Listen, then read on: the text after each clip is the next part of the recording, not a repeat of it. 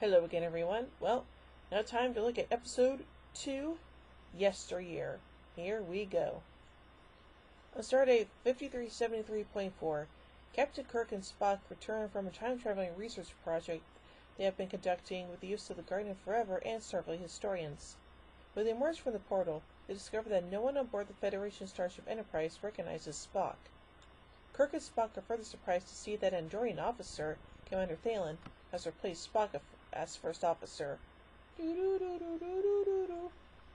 the new timeline, history has recorded that Spock died at age 7 undergoing the Coswan ordeal on Vulcan. However, Spock remembers that when he took the Coswan, he was saved by Selleck, an adult relative, when a desert creature with poisonous claws called Lamatya had attacked them. While Kirk and Spock were in the portal, the Guardian and historians had run a scan of recent Vulcan history. The pair quickly realized that as they were observing the birth of Orion at the time, Spock could not have been in two places at once to save himself as a child. Spock must go back through the time gate to his childhood and save the life of the child he was. For his part, Thalen is supportive of Spock's efforts, despite his consequences on his own existence, and the others respectfully wish each other long and prosperous lives in whatever circumstances the hopefully repaired timeline will put them in.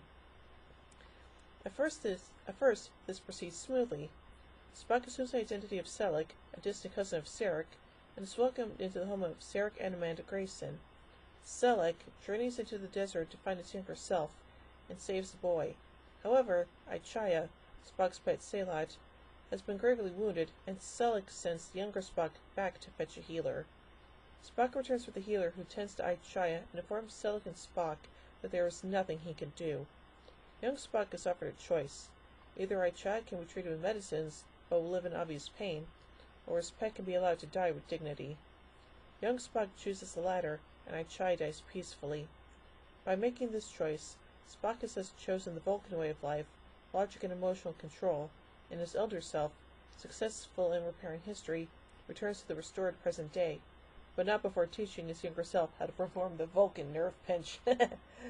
Nice. Anyway, so yeah, this is a pretty interesting episode, and I actually kind of like it. Now let's look at a broadcast note for a second. According to the DVD text commentary for this episode, Los Angeles area stations aired this episode first, instead of Beyond the Farthest Star, the actual premiere episode elsewhere, because of favoritism allegations lodged by political opponents of George Takei, who was running for public office at the time. Instead of having to offer equal time to Takei's challengers, NBC stations in the LA area decided to air Yesteryear first, since they don't have any scenes with Hikaru Sulu, Takei's character, in it. Ah, rude. But anyway, like I said, I really like this episode, and if you ask me which is my favorite episode of the animated series, I would definitely answer with Yesteryear.